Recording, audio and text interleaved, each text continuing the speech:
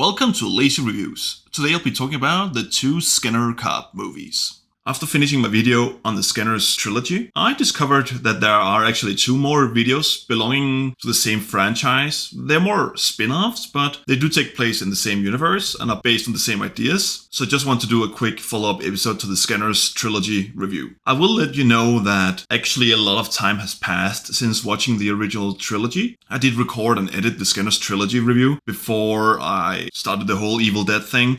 So actually it's been months since I watched the first three films, and that's why it will be difficult for me to really compare. And as such, these two films, there's actually not much to say about Skinner Cop and Skinner Cop 2, so this will be a short video. Without further ado, let's talk about Skinner Cop. Skinner Cop is from 1994. And this one and the next one are both made in America, unlike the first three Skinner movies that were Canadian productions. The film opens with this derelict apartment with his son and his psychotic father, who seems incredibly mentally unstable. But you very quickly realize that actually it's not really just thoughts in his head. He is a Skinner, and he's a Skinner who has not been taking the anti-Skinner drug. So he's going insane. And you even see these, and that is wonderful, you see these small heads come out of his forehead, and it looks amazing. Look at the poster, look at the front cover.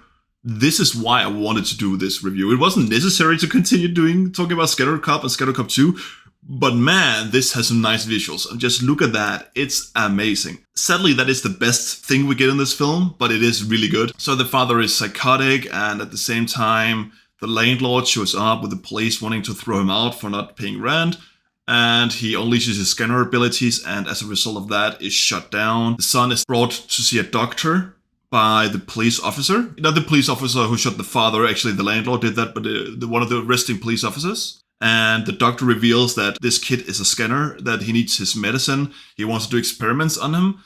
The cop says, no, I'll not let you harm this child, and instead adopts him into his own family. So fast forward some, I don't know how long into the future, maybe 15 years. The kid now turned adult. It's his first day on the job as a police officer. The dad is now the police commissioner, and nobody knows him being a Skinner. They're trying to keep it secret. He is assigned to his first case. And of course, on the first case, it is revealed that he is a Skinner, because he uses it to take down some people who smuggle cocaine. As he says, as he tears open a bag of ice, there's snow in the ice, meaning they're smuggling cocaine. I like that. It's a stupid one-liner, but I like that. So yeah, there's snow in the ice. Yeah, I don't know, that's kind of cool. His body realizes something is wrong, but hey, let's not talk about it. Let's keep a secret, and the body is okay. What happens in the car stays in the car. The main plot is actually that while this is going on, while this Skinner Cop is starting working as a police officer, someone is tracking down people working in law enforcement, and they're having random people around them kill them. By random people, it can be a doctor, it could be a janitor, it can be a fellow cop, it can be their wife. So they're spraying them with something that causes them to have these visions that sees these people, the victims, as monsters. That in turn causes the person who's affected by this drug, this spray, to kill the target. So it's this kind of convoluted Hitman thing, this MK Ultra-ish thing. I really like the idea, and actually this drug being in it results in so many scenes with action and violence and death. I mean, this movie is actually quite good in that the effects are amazing, because every time someone has a vision, the vision is different from what other people have. So you see all these visions. Someone is seeing by his wife as being a big beetle monster with flames around it. Another one is just this zombie. It's really cool. I love the visuals in it. And you have quite a few of them. It's really nice. And you also have then the Skinner Cop has to scan the people to understand what's going on. So suddenly more and more people in the force understand that he's a Skinner, but they don't necessarily understand what a Skinner is. And they mistrust him, but he has to do his job. And the commissioner wants him to use his Skinner abilities, but also wants him to not use them. And he is also reluctant to use them. So there's this drama going on. And as this goes on, we just see people drop like flies here, there, everywhere. And the law enforcement, they get really desperate. They start prohibiting their officers from wearing their uniforms. They have to wear civilian clothing while on duty, but that doesn't help them. So you have all this violence going on, and this case that they're slowly investigating turns out that, this doctor, he could see this doctor, a profile of him in a vision from someone he scanned, and he has to track down the doctor, but then he's actually seeing the wrong doctor, not the actual doctor, because the wrong doctor was killed by the actual doctor, and they were all doing these weird experiments. I might have lost some points about the plot. I think it's about a revenge. I think these doctors want revenge on the police, or it might be to cause havoc. I think someone was arrested for doing these experiments. That's why they're doing this. But it's honestly not that important, because all you need to know is that this film has a lot of cool visuals, a lot of awful acting. There is especially one actress in this movie that's absolutely awful. I hated every single second of her performance. And she's playing the accomplice of the Mad Doctor. And she's this very sexy. I'll give her that. She's very attractive. I guess that's why she was cast in the role, because it's definitely not for her acting abilities. And she looks quite metal, gothic, rock queen-ish. And she has this evil, maniacal laughter. She's the one who sprays people. And there's a really cool scene. And okay, I'll just spoil this, because I know I should say this, and I don't do this often enough. You can find both of these films on YouTube for free. I don't know if they're uploaded there legally or not, but I don't know, it's on YouTube, so watch it if you're interested. The ending has some quite good stuff that I will spoil. If you don't want anything spoiled, skip to a mark. I'll leave in the video.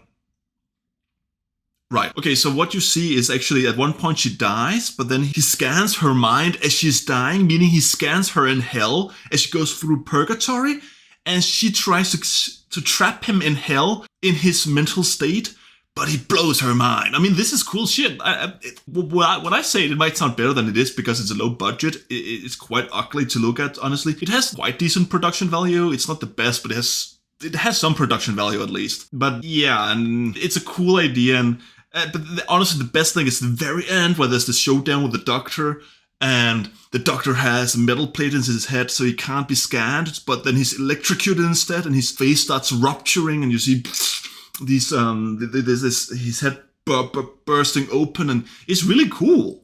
And I think I enjoyed this. I might even have enjoyed this more than the original Scanners, just because the visuals are so much more interesting. The first Scanners is a better movie, but this one has more interesting visuals when those are there, because a lot of the time it's a bit dull. But honestly, yeah, this is some good stuff. You can definitely watch this, I would say. If you like body horror, if you like gore, if you like cheesy acting, this could be for you. Oh yeah, and I forgot to say, the evil doctor is played by Mr. Evil Bad Henchman guy, who is in so many 80s movies. He's the evil guy in Invasion USA. He is in Puppet Master 3. He's in a lot of different things. So I forgot his name, but I forgot his name. He's cool. I mean, it's always nice to see him in a movie. So, Scanner Cop 2. It was released the year after. We follow the same cop, and the main plot of this film, well, it has two stories. There's the main plot and the subplot. The subplot is that the police officer wants to find his birth mother.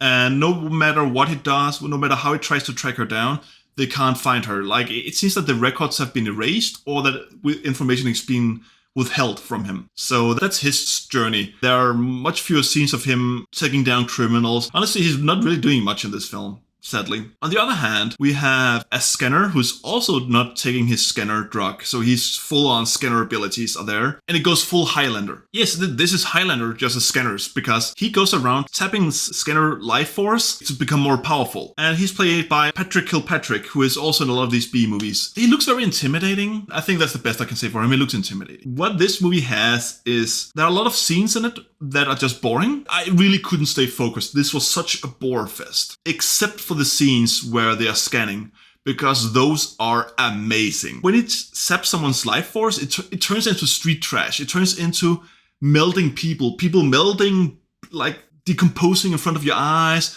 The skin almost burns. It corrodes. It looks really good. Like smoke comes up, and every single kill is a bit different. Like there's one scene where two people are holding each other while dying, and they melt together. And there's another one where, I don't know what they're called, like net door or whatever it's called, like, with those doors where there's a front door, and then in front of the front door, there's a small fence or something that you can see through or something. I don't know. It doesn't really look like anti-mosquito nets. I don't know what they're really for, maybe for extra safety or something. But anyway, there's one of those doors there, or a gate in front of the door, what you would call it. And a woman is taken and held up to it while being burned with scanner abilities. And then when the police come to investigate, her skin is still stuck to this thing, but then her body falls backwards. So her skin is just one piece skin, and then everything else is burned and not like, oh, I know, I like this kind of stuff. It might sound nasty because it is nasty. And then the final showdown has Skinner versus Skinner. You know, the real good stuff. And you see cracks in the head, you see bubbling, you see cracking, you see these heads just bursting, it's deforming in front of your eyes. You know, the best that Skinners have to offer, this movie has it. It's just sad that so much of it is boring, because I honestly don't have much more to say about it. And I should also note that in terms of production quality, this is much worse. And it's not just because the version on YouTube is remarkably worse than the Skinner Cup one on YouTube. It's also, you can just tell that it's a more low budget production. Everything is worse about it. But simply because it has some of those good scenes where people just melt and die and in these creative ways. You know, this is what Skinners are all about. When you remove all substance from Skinners, it's all about those body horror effects and gross out effects and gore effects. And this movie has it. So I can also recommend this. Not as much as Skinner Cup 1, but yes, at the end, final thoughts. Go watch Skinner Cup. Probably watch Skinner Cup 2. Maybe you don't even have to watch the other Skinner movies because they're really not that related. I think if you watch Skinner Cup 1 with friends, you would have a blast. Skinner Cup 2, I'm not so sure. You probably have to already be inebriated to enjoy it because you will be bored whenever there's not a body burning on screen. And that's it. Hope you enjoyed it. Bye.